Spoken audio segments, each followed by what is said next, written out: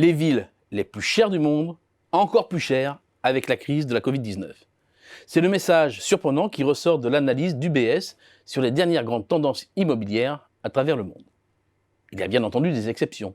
4, pour être exact, sur les 25 villes passées au crible dans l'étude de la Banque suisse. Madrid, San Francisco, Dubaï et Hong Kong. 4 villes sur 25. C'est le total le plus faible depuis 2006. 7 marchés sont en revanche en surchauffe. C'est le cas par exemple de Munich, Toronto, Paris ou Zurich.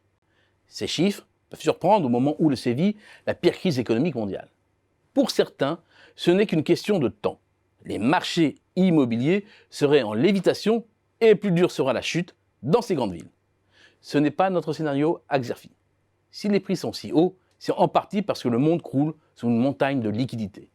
Fin 2008, en réponse à la crise des subprimes, la Fed, la BCE et toutes les grandes banques centrales ont injecté dans le système financier des dizaines de milliards de dollars, d'euros, de yens ou de livres sterling, notamment à travers des programmes d'achat d'actifs. Depuis, par vagues successives, dont la dernière pour contrer les effets de la crise de la Covid-19, les bilans des banques centrales ont explosé pour atteindre 7 milliards de dollars pour la Fed, l'équivalent de 33% du PIB des États-Unis, et approcher les 6,5 milliards d'euros pour la BCE, soit plus de 53% du PIB de la zone euro. Au Japon, la barre des 100% est franchie, avec pour conséquence une surabondance de liquidités. Cette dernière ne se retrouve pas dans les prix des biens et des services, mais dans les prix des actifs, cours boursiers et prix de l'immobilier. Avec des taux d'intérêt réels proches de zéro, voire négatifs, les investisseurs sont en effet incités à jouer l'effet de levier et se porter sur tout actif qui peut encore procurer un rendement positif.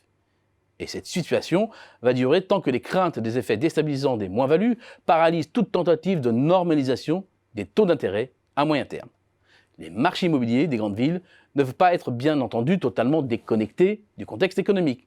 Mais la généralisation des mesures de soutien au pouvoir d'achat, l'interdiction des saisies et expulsions immobilières dans certains pays, comme aux États-Unis, ont évité les phénomènes de vente panique et leur effet de contagion sur les marchés premium. Bref, les digues tiennent. Il faut ensuite revenir sur les moteurs des marchés des grandes métropoles. 1. Ce sont des véritables aimants à investisseurs. Certes, les rendements locatifs sont en baisse, les loyers ne suivent pas la hausse des prix. C'est le cas plus particulièrement à Munich, Hong Kong, Zurich, Paris et Londres.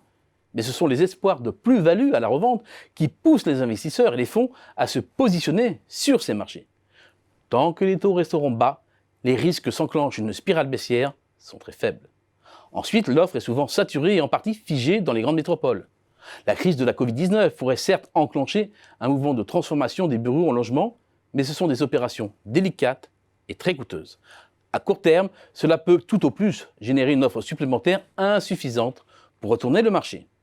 Enfin, ce sont les grandes métropoles qui offrent les opportunités d'emploi les plus intéressantes, ce qui alimente notamment un flux continu de demandes.